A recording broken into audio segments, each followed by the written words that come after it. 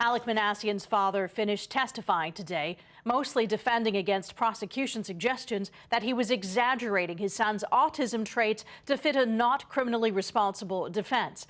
Minassian has admitted he was behind the wheel of a rented van in April 2018, accelerating towards pedestrians to inflict mass damage, killing 10 and intending to kill 16 others who were hit. Lisa Hepfner has the latest. In the months following Alek Minassian's arrest on Yonge Street in 2018, his father started speaking to psychiatrists about how his autism diagnosis might help his criminal defense. The senior Minassian told the Crown that while he did ask about how a not criminally responsible defense would work, he was asking about everything. You knew Alek's inability to show emotion was incredibly important at this trial, right? Prosecutor Cynthia Valarezo asked. Minassian was evasive and didn't really answer. But Valarezo noted that the elder Minassian had started using medical language like hyper-focus to describe his son, and that Vahe Minassian had also started backing away from some observations that didn't fit the narrative. For example, Vahe first thought he saw his son crying in the interview room, crumpling with emotion when the detective left the room. Now Vahe Minassian doesn't think his son was crying in the video.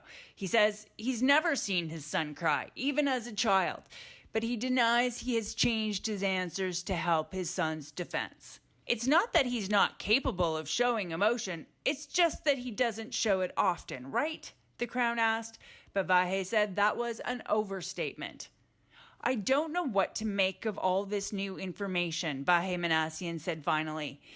Vahe said he had just learned at trial that Alek felt he had let his parents down with the, quote, horrible thing he had done, and that Alek had considered suicide and had become interested in mass murder and the involuntary celibate internet subculture years before, when he was still in high school. Nor did his father know that Alek had told psychiatric assessors that he was nervous about starting a post-college job the following week, worried about failure. Meanwhile, Autism Canada responded to yesterday's opening statement by the defense denouncing the egregious claims made by defense counsel psychiatrists who attribute the accused's actions to his autistic way of thinking or being, severely distorted, similar to psychosis. The lobby group says there is no psychosis or tendency toward violence or antisocial behavior associated with autism, and warned about potential unwarranted negative perceptions. The trial resumes tomorrow. Lisa Hepfner, CHCH News.